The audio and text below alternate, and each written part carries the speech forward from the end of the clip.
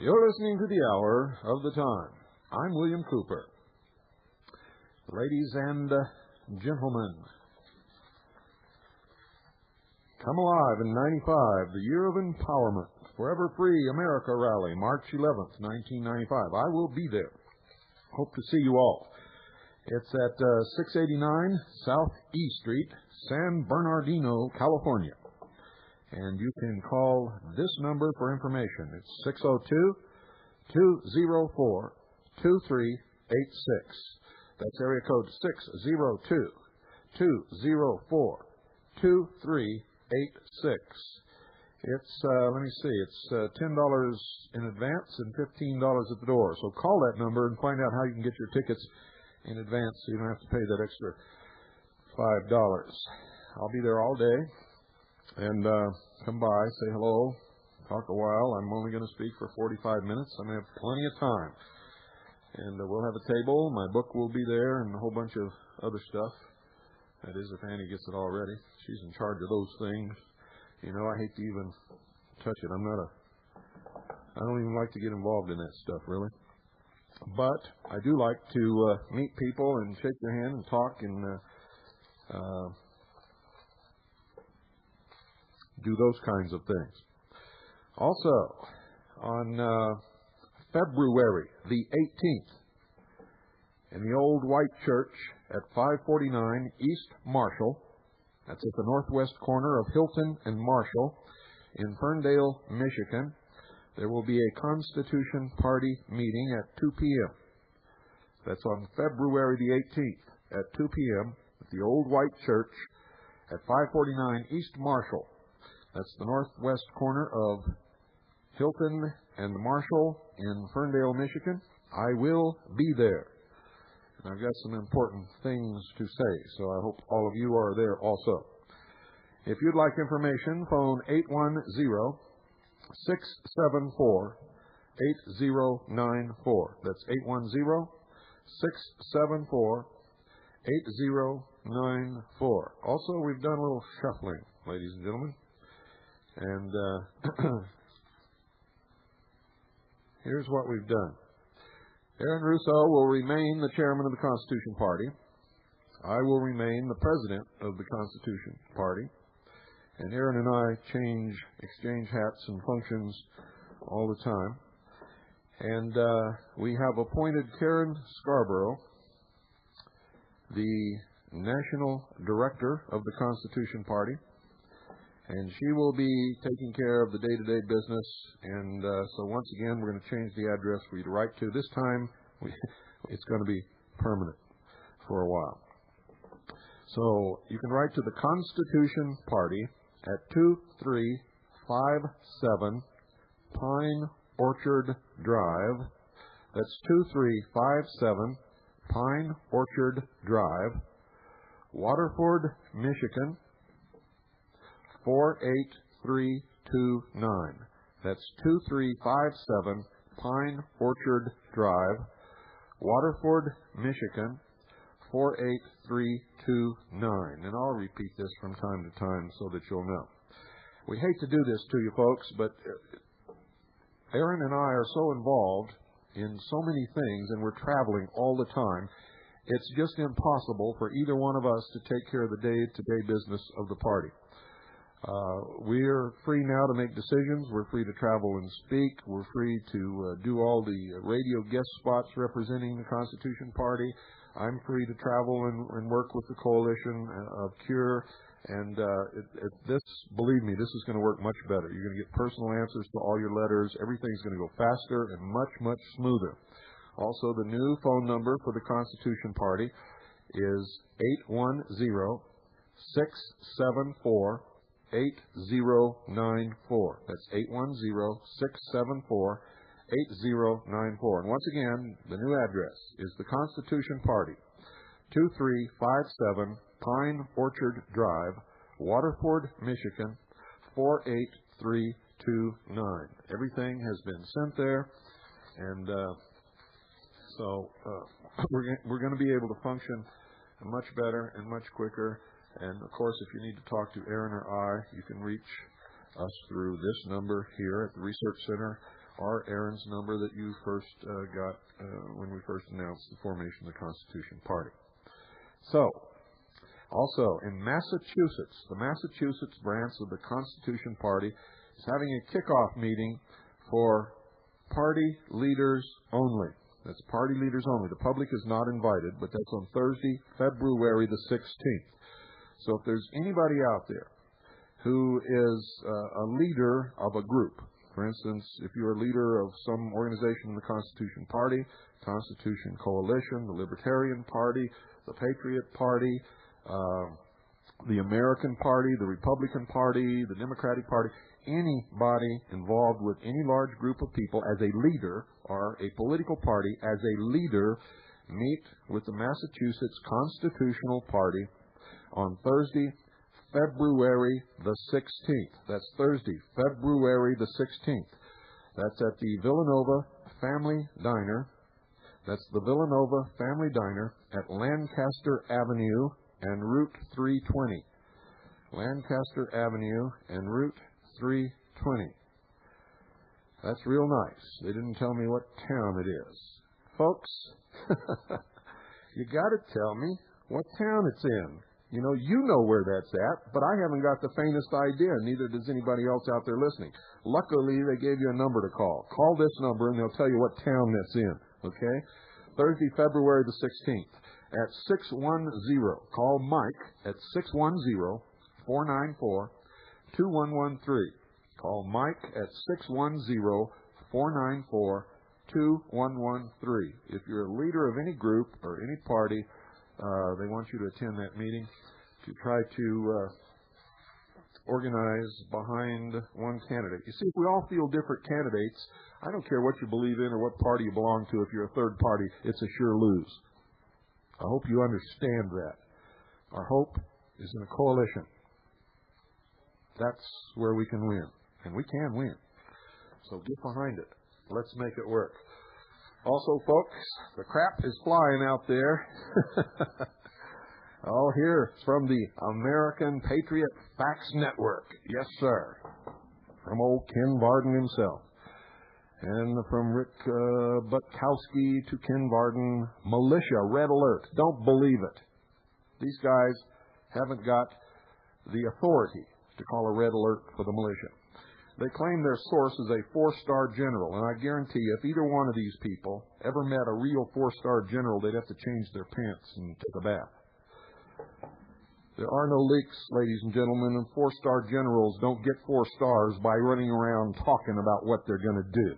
This is a bunch of crap, just like the crap you get from the militia of Montana and a bunch of other of these people out there, and specifically the American Patriot Facts Network. There's more disinformation, outright bullshit and lies flying around on these things than I've ever seen in my life.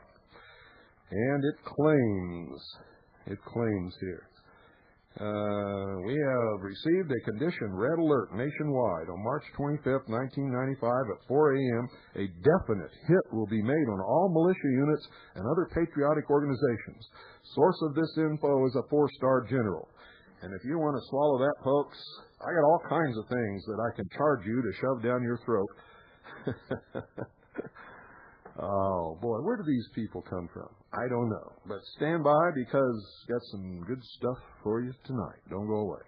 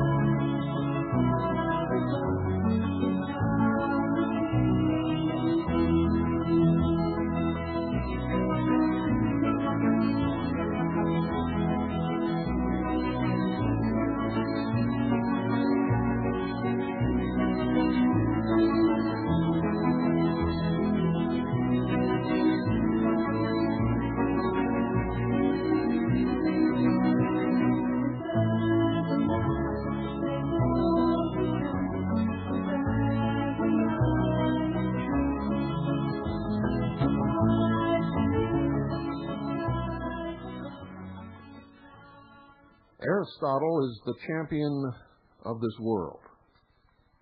This is a continuation in our discussion of the philosophy that's bringing about this collectivism, socialism, communism, one world, socialistic government, all the lies that are flying across the country. They fly in the face of reason. Aristotle, the champion of this world, the champion of nature, as against the supernaturalism of Plato. Remember him? Denying Plato's world of forms, Aristotle, dear listeners, maintains that there is only one reality. I'm talking philosophy here, not religion. Doesn't matter what you believe, just listen. The world of particulars in which we live is this reality, this one reality.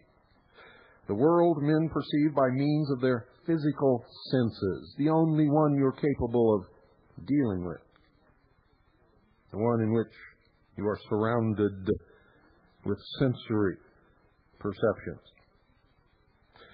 Universals, Aristotle holds, are merely aspects of existing entities, isolated in thought by a process of selective attention.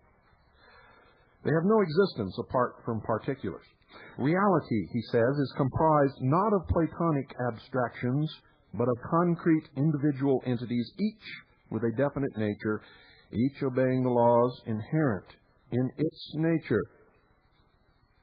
It is the outward manifestation of God, if you will, these laws. Aristotle's universe, you see, is the universe of science. Science, men claim, takes us away from God, but in the proving of a natural order, laws that are never broken in nature, the existence of God is confirmed. The physical world, in Aristotle's view, is not a shadowy projection controlled by divine dimension, but an autonomous, self-sufficient realm. It is an orderly, intelligible, natural realm which is open to the mind of man. In such a universe, knowledge cannot be acquired by special revelations from another dimension. There's no place for ineffable intuitions of the beyond, such as those found in the Lodge. Repudiating the mystical elements in Plato's epistemology, Aristotle, you see, is the father of logic and the champion of reason as man's only means of knowledge. When you leave the realm of reason, you have entered the world of religion and belief, based upon faith, those things which can never be proven. And there lies the contention developed amongst men between these conflicting belief structures of a world which man cannot see, nor touch, nor smell, nor hear, nor communicate with, and until man dies, never knows the reality of such a place. Aristotle holds that knowledge must be based on and derived from the data of sense experience. It must be formulated in terms of objectively defined concepts. It must be validated by a process of logic. For Plato, the good life is essentially one of renunciation and selflessness. Man should flee from the pleasures of this world in the name of fidelity to a higher dimension, just as he should negate his own individuality in the name of union with the collective. But for Aristotle, the good life is one of personal self-fulfillment. Man should enjoy the values of this world, using his mind to the fullest. Each man should work to achieve his own happiness here on earth, and in the process, he should be conscious of his own value. Pride, writes Aristotle, a rational pride in oneself and in one's moral character is when it is earned, and understand that, when it is earned the crown of the virtues. A proud man does not negate his own identity. He doesn't sink selflessly into the community. He is not a promising subject for the Platonic state, and that's why Americans will never make good communists. They will never make good little slaves in a socialist world. Although Aristotle's writings include a polemic against the more extreme features of Plato's collectivism, Aristotle himself is not a consistent advocate of political individualism. You see, his own politics is a mixture of statist and anti-statist elements. But the primary significance of Aristotle, or of any philosopher, ladies and gentlemen, does not lie in his politics. It lies in the fundamentals of his system, his metaphysics, and epistemology. It has been said that in his basic attitude toward life, every man is either Platonic or Aristotelian. The same may be said of periods of Western history. The medieval period, under the sway of such philosophers as Plotinus and Augustine, was an era dominated by Platonism. And during much of this period, Aristotle's philosophy was almost unknown in the West. But owing largely to the influence of Thomas Aquinas, Aristotle was rediscovered in the 13th century. The Renaissance, ladies and gentlemen, represented a rebirth of the Aristotelian spirit. The results of that spirit are written across the next 2 centuries, which men describe properly as the age of reason and the age of enlightenment. It's what brought us out of the inconsistencies and the terrible oppression and the superstitions of the Dark Ages. The results include the rise of modern science, the rise of an individualist political philosophy, the work of John Locke and others, which, quite frankly, are responsible, directly responsible for the ideals and principles upon which America was based. The consequent spread of freedom across the civilized world is one of the outcomes of the Aristotelian philosophy. And the birth of the freest country in the history of the world, in fact, the only country which ever truly set men free, the United States of America.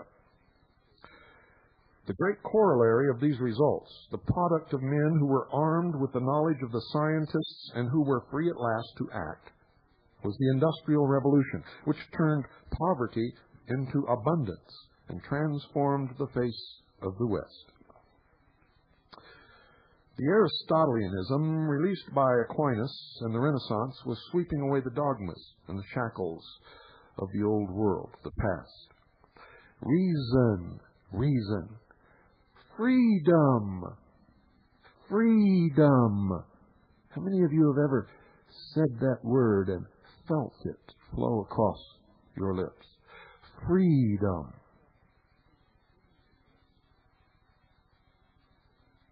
That's right. Try it, everyone. Reason, freedom, and production. We're replacing faith, force, and poverty.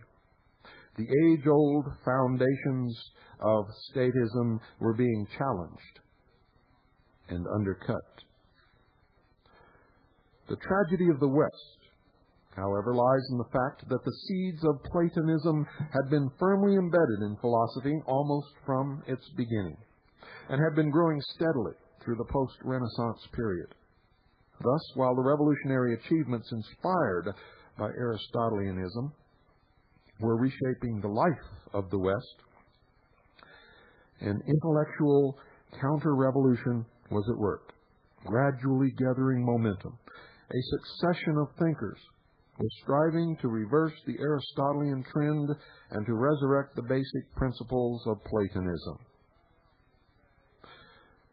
It was the Aristotelian philosophy, ladies and gentlemen, that allowed freedom to work. For in order to have reason, ideas must be expressed. Nothing could be censored. Men were free for the first time in the history of the world to say what was on their mind, to exchange ideas, to freely converse in the marketplace and in the meetings where scientists and learned men came together, and in the halls of churches and great religious organizations. For the first time, old dogmas began to be challenged, and some of them rightly so. For the universe, as we know now, never did, as the Pope declared, spin around the earth. And the earth has never been at the center of the universe, nor never will it be. These are the things that our forefathers knew, and that is why they established the protections in the Constitution for each individual citizen, so that reason would prevail.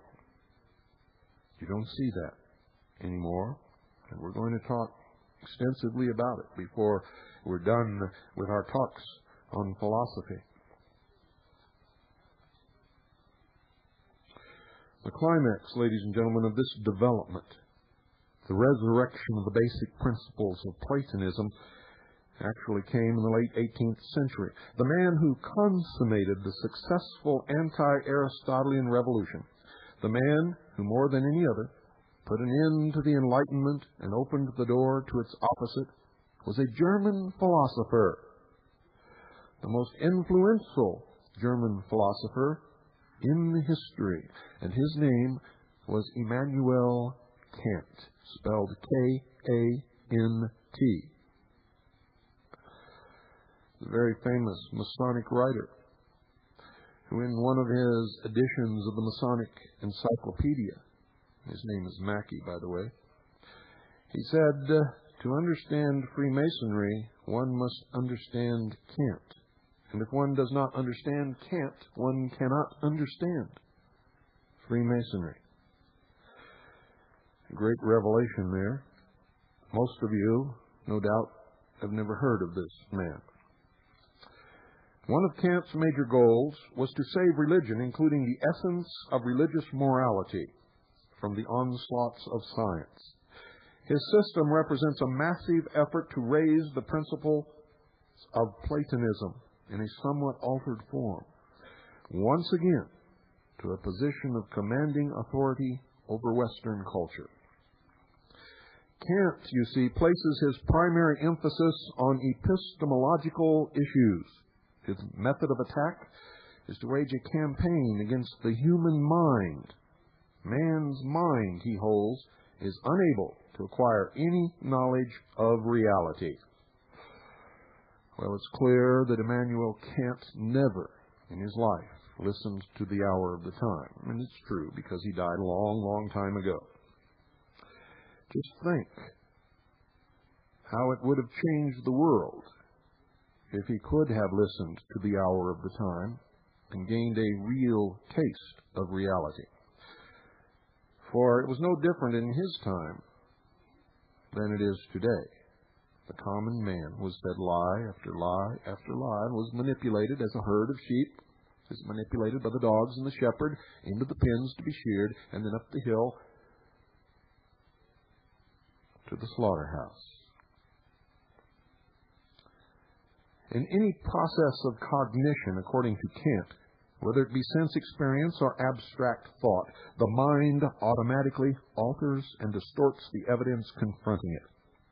It filters or structures the material it receives from reality in accordance with a set of innate and subjective processing devices whose operation it cannot escape.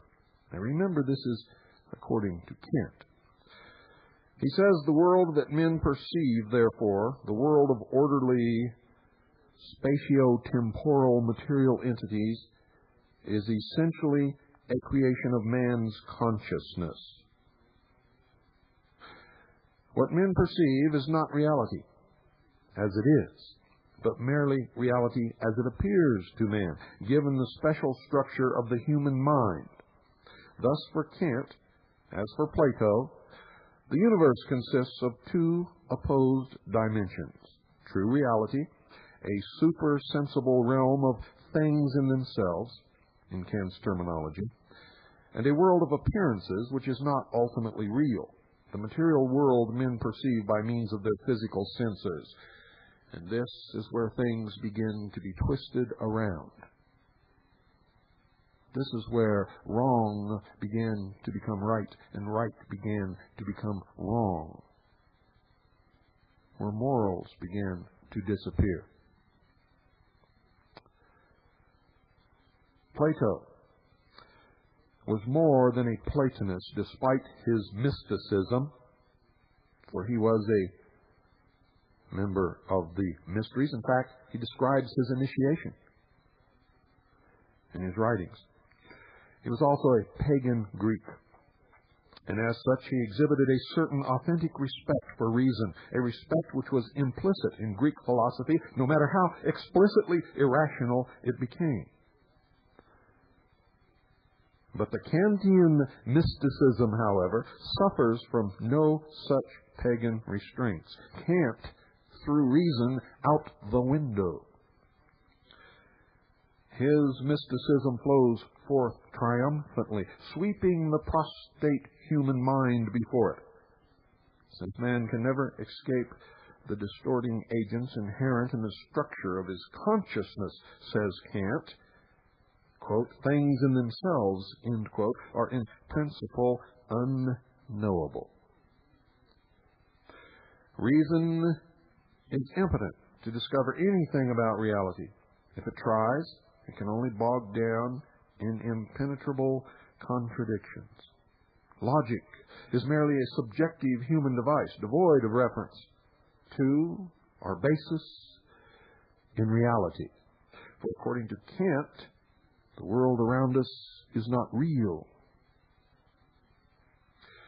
Science, while useful as a means of ordering the data of the world of appearances, is limited to describing a surface world of man's own creation and says nothing about things as they really are. Man's own creation? Must men then resign themselves to a total skepticism? No, says Kant.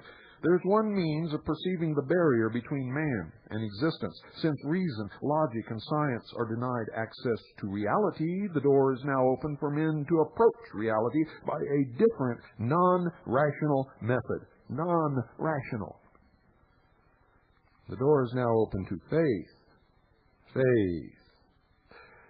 Taking their cue from their needs, men can properly believe, for instance, in God, and in an afterlife, even though they cannot prove the truth of their beliefs, and even though two different men, no matter that they believe the same thing, will argue amongst their own belief what is real and what is not real. And neither can prove to the other, except by force of personality or argument. And no matter how powerful the rational argument against their faith, that argument can always be dismissed out of hand. For one need merely remind its advocate that rational knowledge and rational concepts are applicable only to the world of appearances, not to reality. Upside down, backwards. Kant was looking in a mirror. In a word, reason having been silenced, the way is cleared once more for an orgy of mystic fantasy. And that is what you see around you in the world today. For Kant swayed the minds of many. The name of this orgy, the philosophic term for the 19th century intellectuals' revolt against reason and the Enlightenment, is, ladies and gentlemen, Romanticism.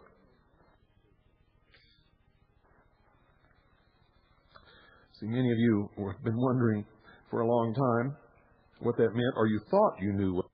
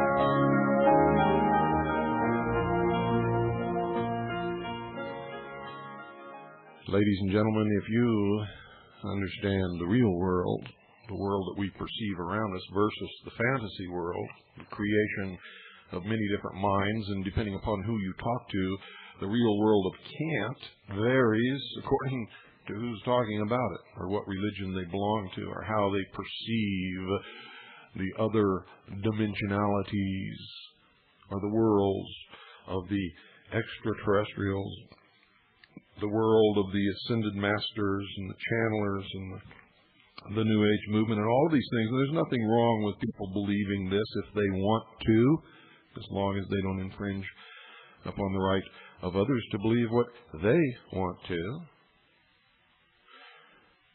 But if you perceive the world around you as real, and you understand what the real world can bring about, you need to call Swiss America Trading and talk to them.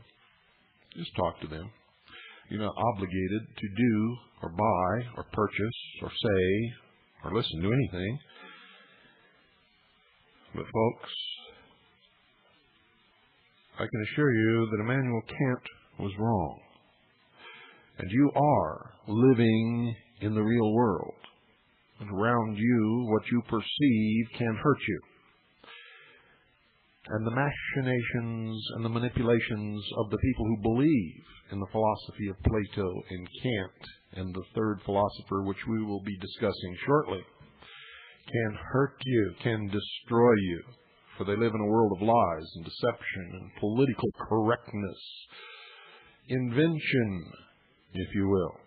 Whatever their imagination can perceive as their real world, if they have the power, they can subject you to it. And that's why we're all so screwed up today, because that's exactly what's happening. You need some real money. Not the wispy kind that Tinkerbell sprinkles, but the real kind, made up of precious metals in their various forms. Call Swiss America Trading and talk to them about it. And do it now, folks. 1-800-289-2646. That's 1-800-289-2646. Do it now. You'll feel much better. You'll take a great weight off your shoulders. And that's the real world you're feeling when you feel that weight, that uncertainty, that feeling in your gut that something is terribly wrong is telling you the truth from your perceptions of what's happening around you. Not some mystical world that you can't see, that Kant perceives as reality. They talk about in the lodge. Lodges, I should say. So call 1-800-289-2646 and do it now. Tell them William Cooper sent you. Tell them that you're a steady listener to the hour of the time, and you'll be given red carpet treatment. I guarantee it.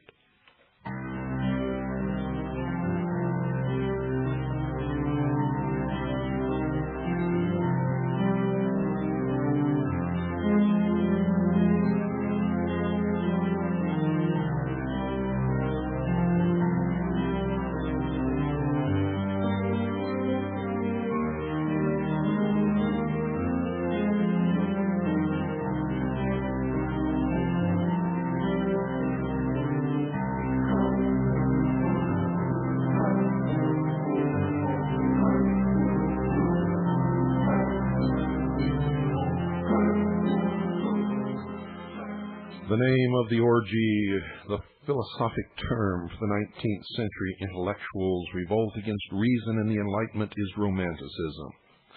I have, writes Kant, therefore found it necessary to deny knowledge in order to make room for faith. When I was a child, I had faith that Santa Claus was real. I had faith that the Tooth Fairy was real. I had faith that the Easter Bunny laid eggs.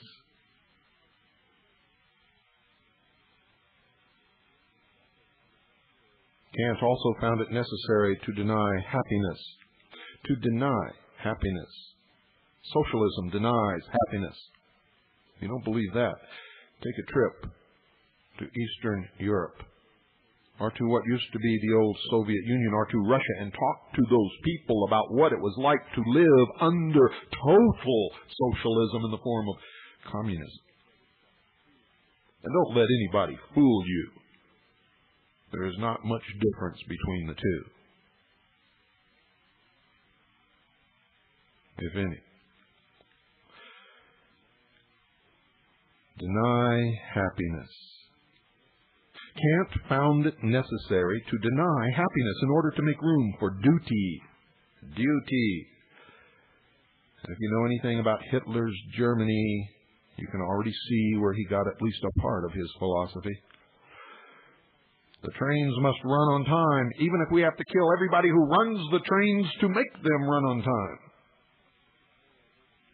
The essence of moral virtue, he says, is selflessness. Selfless, lifelong obedience to duty without any expectation of reward and regardless of how much it might make one suffer. And if that's true, what is the purpose?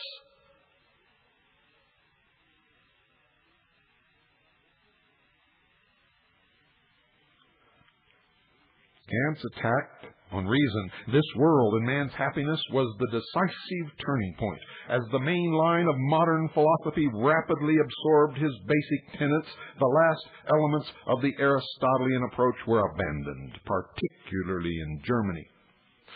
Philosophers turned as a group to variants of Platonism. This time an extreme, militant Platonism, a Platonism shorn of its last vestiges of respect for reason. You see, it is Kant who made possible the sudden mushrooming of the Platonic collectivism in the modern world, and especially in Germany. Kant is not a full-fledged statist, but a philosopher's political views, to the extent that they contradict the essentials of his system, have little historical significance. Kant accepts certain elements of individualism, not because of his basic approach, but in spite of it, as a legacy of the Enlightenment period in which he lived.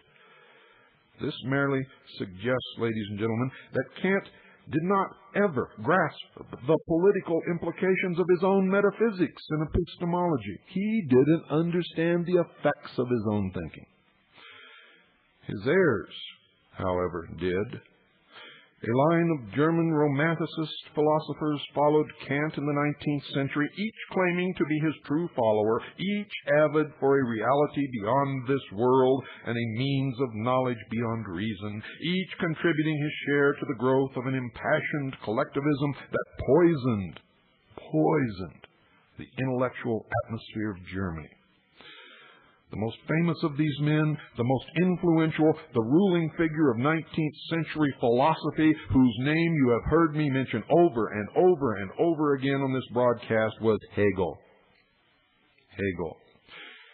Hegel, you see, is a post-Kantian Platonist.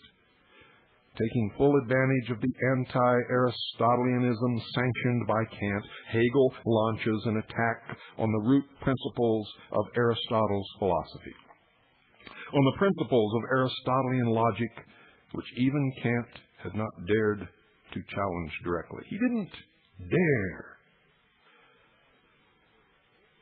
Reality, declares Hegel, is inherently contradictory. It is a systematic progression of colliding contradictions organized in triads, trilateral of thesis, antithesis, synthesis, and men must think accordingly. Thesis, antithesis, synthesis. They should not strive for old-fashioned static consistency.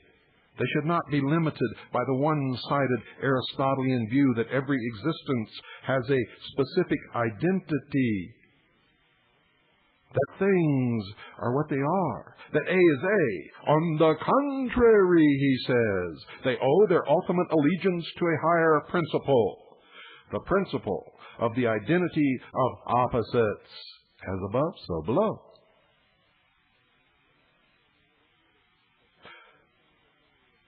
The principle that things are not what they are, that A is non-A. It was the mysticism that brought about the German SS. The new religion of Germany. Dedication to duty and the Volk. All a deception to bring the mass under control and to make the trains run on time. Hegel describes the above as a new conception of reason and as a new dialectic logic. On its basis, he proceeds to erect his own version of Platonism. Like Plato and Kant, he is an idealist in metaphysics. True reality, he holds, is a non-material dimension, beyond time and space and human sense perception. And if that is true, how in the hell did he find it?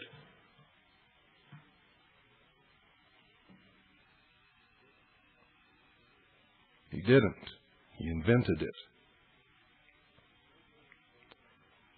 In Hegel's version, reality is a dynamic, cosmic mind or thought process which in various contexts is referred to as the absolute, the spirit, the world, reason, God, etc. According to Hegel, it is in the essential nature of this entity to undergo a constant process of evolution or development, unfolding itself in various stages. Pantheism. Pantheism. In one of these stages, the absolute externalizes itself, assuming the form of a material world. And if you read Blavatsky, she writes and talks about the externalization of the hierarchy.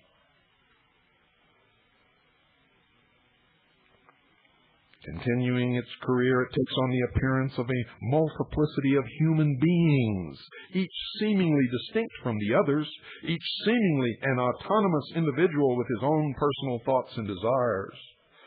But according to Hegel, the appearance of such separate individuals represents, however, to Hegel, merely a comparatively low stage in the Absolute's career. It is not the final truth about reality. It does not represent the culmination of the Absolute's development.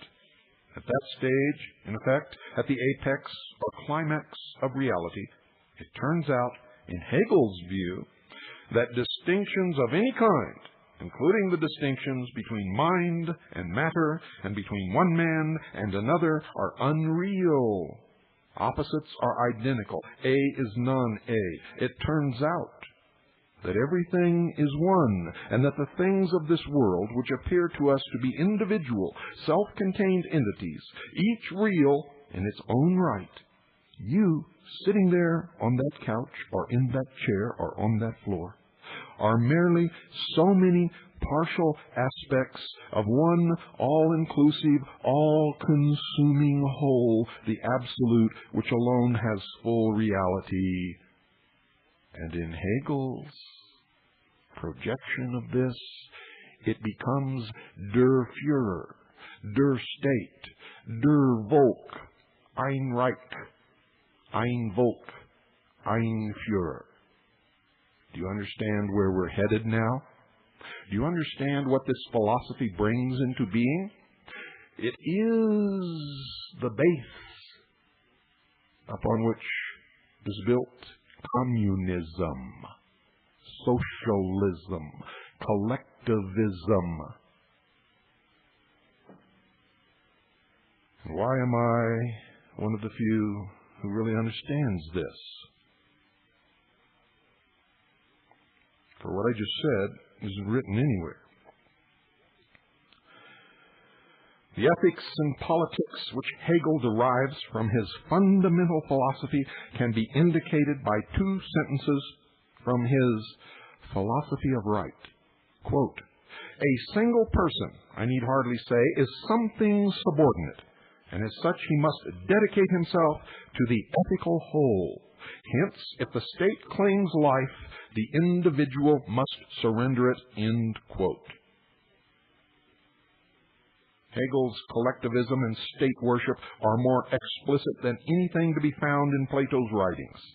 Since everything is ultimately one, the group, he holds, has primacy over the individual. If each man learns to suppress his identity and coalesce with his fellows, the resulting collective entity the state, will be a truer reflection of reality, a higher manifestation of the absolute. The state, in Hegel's view, is not an association of autonomous individuals. It is itself an individual, a mystic person that swallows up the citizen and transcends them, an independent, self-sustaining organism made of human beings, with a will and purpose of its own. All the worth which the human being possesses, writes Hegel, all spiritual reality he possesses only through the state.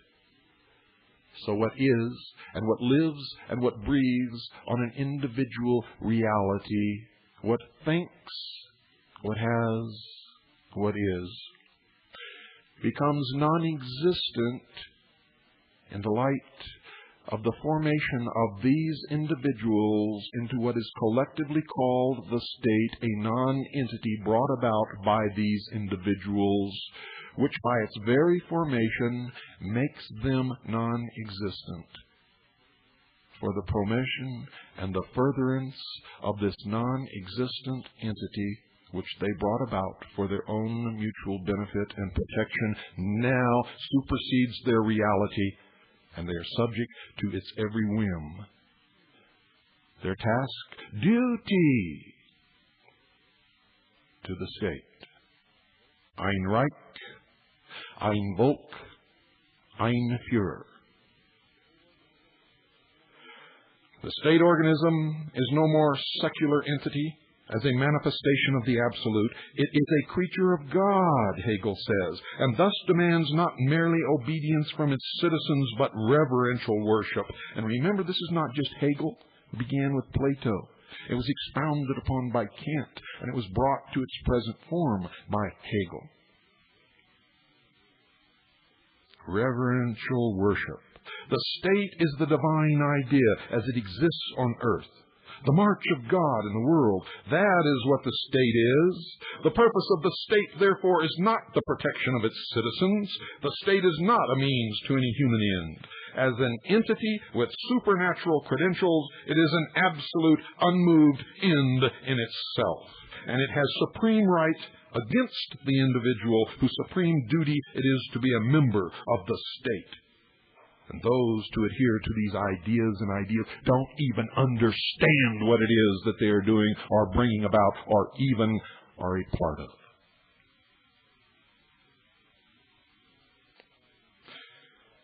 These are the kinds of political ideas which Hegel, more than any other man, injected into the mind of early 19th century Germany, perpetuated in a variety of forms. Perpetuated in a variety of forms by a long chain of secondary figures and a derivative influences. These ideas gradually became commonplace in Germany and in other countries, including Italy, and are at the present time in full bloom behind the symbol of the rose in the United States of America. The aspiring dictators of the 20th century and their intellectual defenders moved with alacrity to embrace such commonplaces and to cash in on them. Both the fascists and the Nazis were in the forefront of this trend. In the fascist literature, the influence of Hegel is generally acknowledged. Prominent neo-Hegelian philosophers, such as Mario Palmieri and Giovanni Gentile, upheld fascism on a Hegelian foundation and earned a formal endorsement from Mussolini. The world seen through fascism, writes Mussolini, is not this material world which appears on the surface, in which man is an individual separated from all others and standing by himself. The man of fascism is an individual who is nation and fatherland, which is a moral law binding together individuals and the generations into a tradition and a mission, suppressing the instinct for a life enclosed within the brief round of pleasure in order to restore within duty a higher life, free from the limits of time and space. End quote. Total bullshit.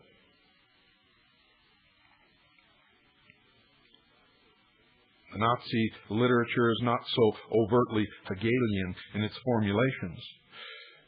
Posing as the spokesman for a higher biological truth, the Nazis generally dropped the idealistic metaphysics of Hegel and even attacked him.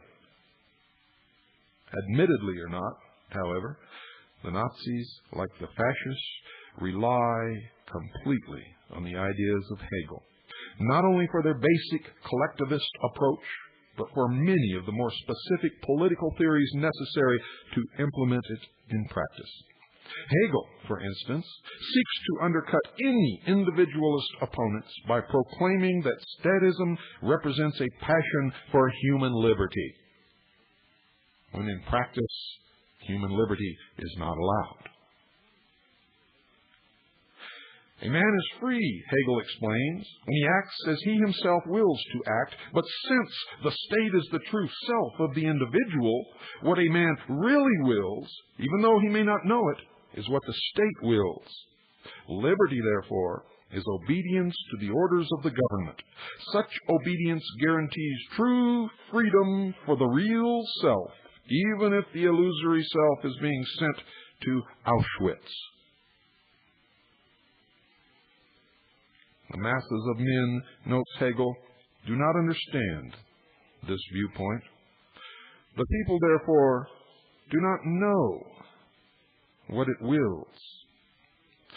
To know what one wills, and still more to know what the absolute will, reason, wills, is the fruit of profound apprehension and insight, precisely the things which are not popular. Hence, Hegel, like Plato, is opposed to the theory of popularly elected representative government. Instead, he calls for an authoritarian state resembling a Prussian monarchy, and the monarch's decrees, we are told, embody the true will of the people. And if liberty is to be the attribute of the real man, says Mussolini, and not of the scarecrow invented by the individualistic liberalism, then fascism is for liberty. It is for the only kind of liberty that is serious, the liberty of the state. There is no freedom of the individual, says the Nazi Otto Dietrich. There is only freedom of peoples, nations, or races, for these are the only material and historical realities through which the life of the individual exists. The Führer right of the people, says Huber, is founded on the recognition that the true will of the people cannot be disclosed through parliamentary votes and plebiscites, but that the will of the people in its pure and uncorrupted form can only be expressed through der Führer. Ein Reich, ein Volk, ein Führer.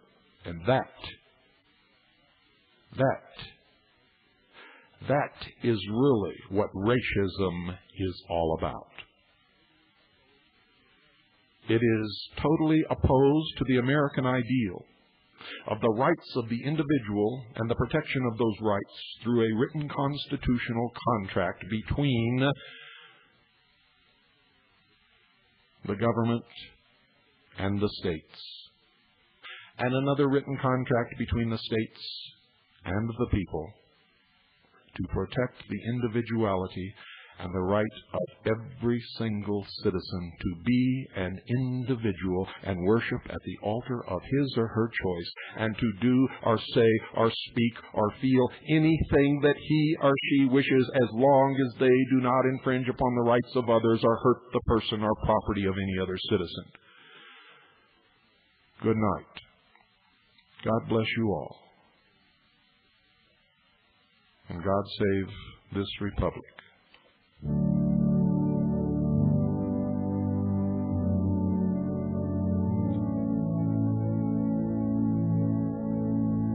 My life goes on.